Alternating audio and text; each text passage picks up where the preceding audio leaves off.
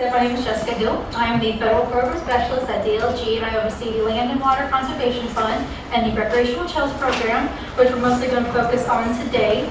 And my presentation is all about how I can help you fund all of your amazing projects. So basically, the RTP program, we provide funding for the development of motorized and non-motorized trails. We also help develop trailside and trailhead facilities. It is through the Federal Highway Administration, and DLG is the pass-through agency, so we do all of the project management and we handle the funds, but all the funding comes from the FHWA. You can apply up to $250,000, and the match is only 20%. So if you have a total project cost of $100,000, then the grantee is only responsible for $20,000 of that, and you get $80,000 in your grant money.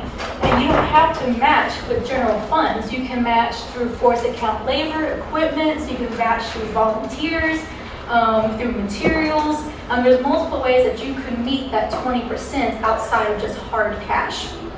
We do receive, as a state, $1.4 million a year. We do have to set aside 30% every year just for motorized trails. It's just a federal regulation, but that does leave a little under $1 million for non-motorized use. So just a quick, basically motorized is your ATVs, your dirt bikes, and your off-terrain vehicles. And then non-motorized is your mountain biking, your pedestrian, your nature trails, your walking trails. We do fund rail to trails projects, greenways, and then water trails, but you guys more on land, you don't care about water. So basically eligible projects, we can maintain and restore an existing trail. We can develop a new trail. We can develop or rehabilitate trailside, trailhead facilities. We can help you purchase land for future trail use. We can also help you purchase or acquire easements. You can wrap up design and engineering costs into your project, but we have to cap it at 15%. And then we can also help projects become more accessible. Something we can't do, we can't fund bike lanes on the road, we can't fund sidewalks, that's considered a transportation project. We can't make campsites or playgrounds or picnic pavilions. When I say trailside facilities, that's more like water fountains, bike racks, benches. We can't help with administrative costs. We can't let you purchase tools, and we can't do design or only plans. You do have to show us that you will develop the project. We don't have to spend a lot of time on this, but I just do want to say that as an RTP program, and we're from the Federal Highway Administration, that you do have to follow the Buy America Act. So I think I missed how we also help you purchase and lease recreational trail equipment. So if you have an overgrown trail, you can use the grant to buy an excavator or lease an excavator to help clear it out. But you have to meet the Buy America Act, which means that all steel in that piece of equipment has to be made in America. And you have up to $2,500 for the threshold of foreign-made material, but it's very small, and I actually haven't seen anyone successfully buy an American-made equipment. So we really encourage you to lease equipment. Do not apply to buy for it because you will not get it. And then one good thing about the RTP is that we do require people to file a perpetual trail easement or a deed restriction on all of the RTP funded land.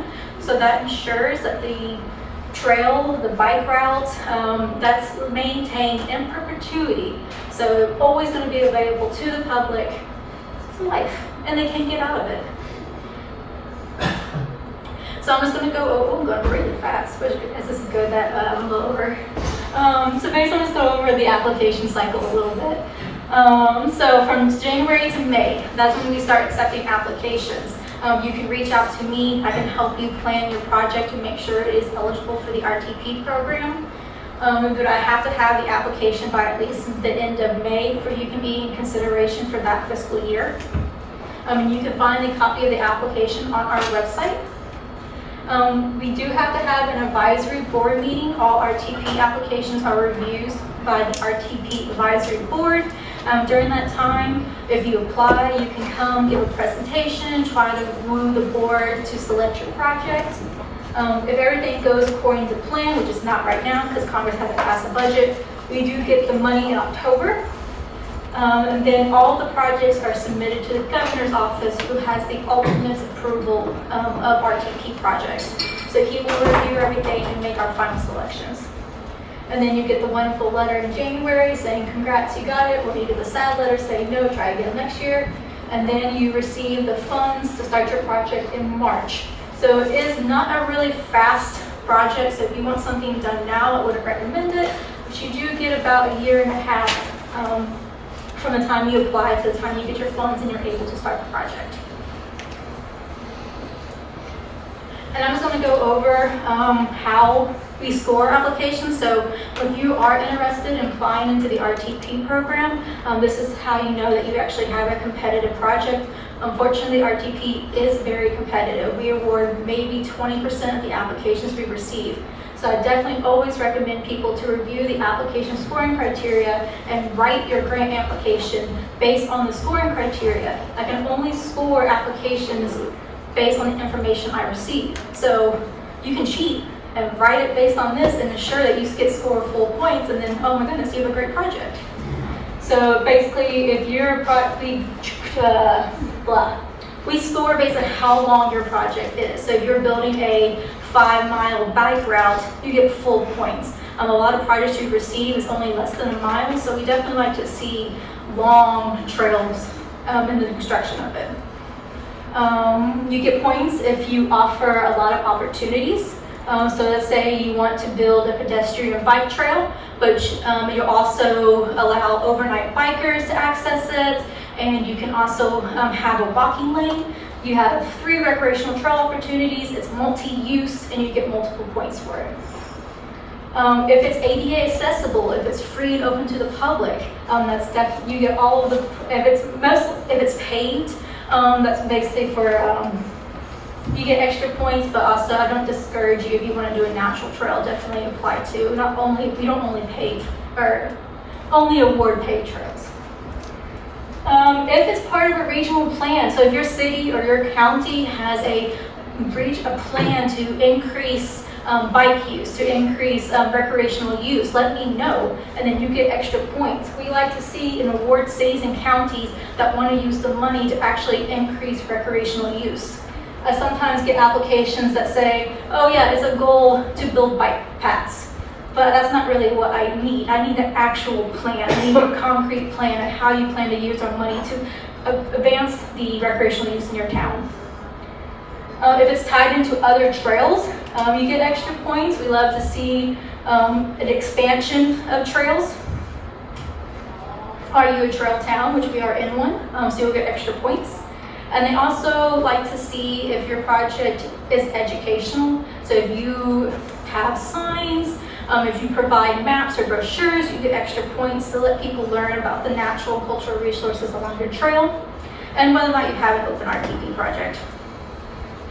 And I do want to say, I think I missed a very big point about the RTP program, is that only local units of government can apply. We cannot fund nonprofit organizations. So I definitely encourage you to reach out to your city or your counties and encourage them to apply for the project or for the grants. We can't, unfortunately, we just can't fund nonprofits, which I do get a couple questions, but it has to go to the city or the county government. You get 10 points if you have an open RTP project? No, you get 0. Okay. Yeah, it's either 0 or 10. No. So as a new applicant, you get 10 points. Correct. Yeah, we try to, since the RTP is so competitive, we try to spread the wealth. So if you already have an active RTP project, you're probably going to get skipped this year, so somebody else can get the money, and then you can reapply when you get done. And then I just have a couple examples. Like, for example, the city of Owensboro does only have $15,000. They were able to clean up their nature trail at the George Ford Nature Center, and they were able to install exercise stations and benches. I know the big thing right now is to create stretch stations along trails. So you can pull over, you can stop, and you can stretch, which is like the bottom, I don't know my directions, that one. We also fund safety crossings. So this city of Paducah received $100,000 to build a bridge over a creek. So we do fund safety bridges. If I did receive an application that a bike or path was going through a busy intersection, and they wanted to build a safety crossing in the middle of the road. We do fund that, so you can apply for the funds for safety crossings. And then also, this is just a $100,000 project where they paved through a nice greenway, and it's been in multiple phases. So I do encourage people to apply for the grants in phases so you can keep getting the funds. You don't have to do it all in one big, giant, multi-million-dollar project. You can break it up in parts. And this Shelby County, I think, received it for phase 1, and then this is phase 3 of another $100,000, and it's becoming like a 5-mile greenway, and they're just doing it in sections so they can just keep getting all the funding. I might have went through this a little too fast, and I apologize, but does anybody have any questions? Yeah. As far as in perpetuity, what would be the shortest lease you could get? 25 years is what we want to see.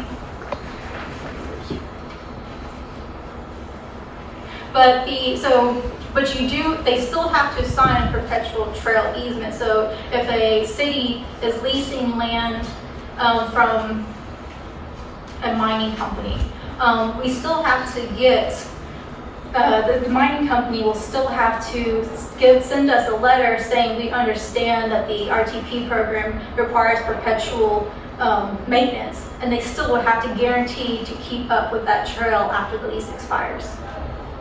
Yeah. How would this perpetuity clause affect, say, a trail that had been rail banked?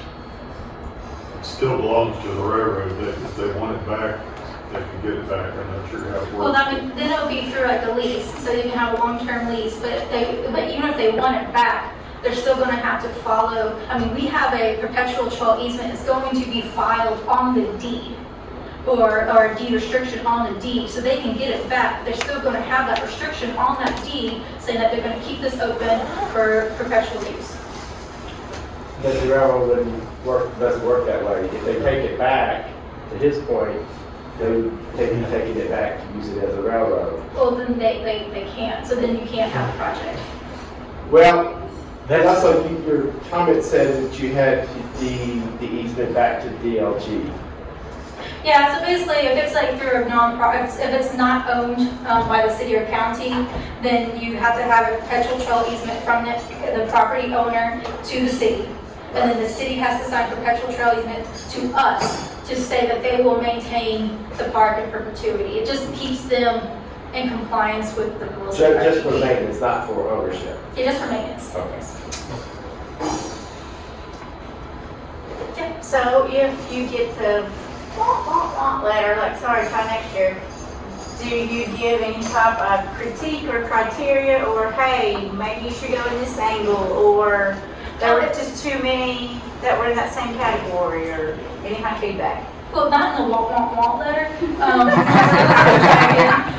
but you can always reach out to me, and I'm more than happy to help you. Like, I can show you how you scored, I can give you some feedback, and I can say, well, this is why maybe you didn't get selected this year. So I'm more than happy to work with you and help you build a stronger grant application for the next cycle. Is it still a reimbursement grant? Oh, yeah. Yeah, so basically you will be in charge of covering all costs up front, or the city will, and then you submit all the reimbursements to me, and then I reimburse you 80% of the total project cost. Any more questions? Is this program going to increase with the infrastructure bill? You know anything? Not that I've heard, no. We receive about 1.4 million every year for the past like 5 years, so it's been pretty steady. I haven't heard anything. I know that they're trying to, like the RTP lobbying groups are trying to make it more, like I know with the Land and Water Conservation Fund, which is another grant I see, they just got fully funded, which means that we get $5 million a year forever. We don't have to worry about this constant back and forth for Congress. We just get the funds. So I know they're trying to do that for the RTP program, but it's not my heard. Is there any opportunity with the Land and Water for trails or? Yeah, so you can apply. I don't have my PowerPoint for the Land and Water, but the Land and Water Conservation Fund is actually through the National Park Service, and it's similar to the RTP where we can use it to help fund trails. With the land and water is a lot stricter on property rights. So there's no leasing. It just has to be pretty much flat outright ownership of the land.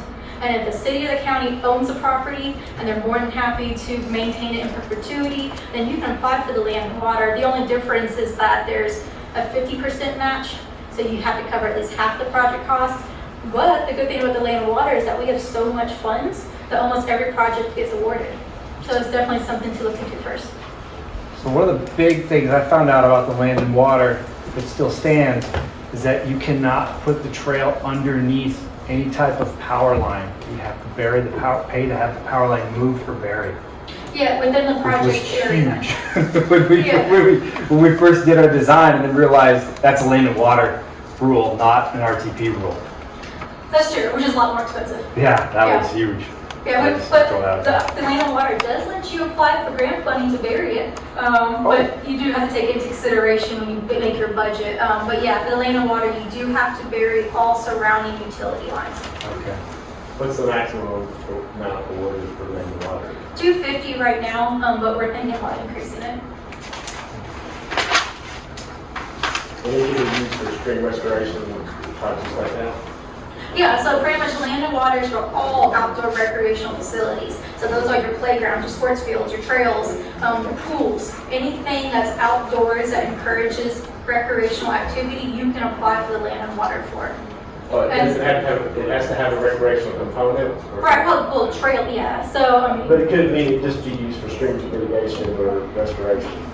yes, you can, but you have, there's another loophole. You pretty much have to write a grant application to show that this is necessary for the life of the recreational use. If we do not take the action now, like erosion control, then we're going to lose the land. So yeah, you can't, but you just have to it's a more complicated grant application, but you can't fund it that way. Yeah. Is there an opportunity to combine land and water funding with federal highway funding? Yeah, you can. Seems like there might be some opportunity there for applicants to consider. And fun fact, you can match the RTP or the land and water with each other. So you can get the land and water conservation fund grants, apply for the RTP grants, and then use your land and water conservation grant as your match for the RTP grant. And that's the only thing. You can't use any other federal funds for RTP or land and water, but you can use each other, if that makes sense. It's complicated.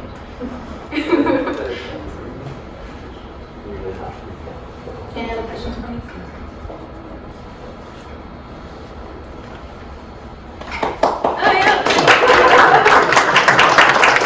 As always, we hope you found this content useful. If you did, please like the video and consider subscribing to the channel. Thanks.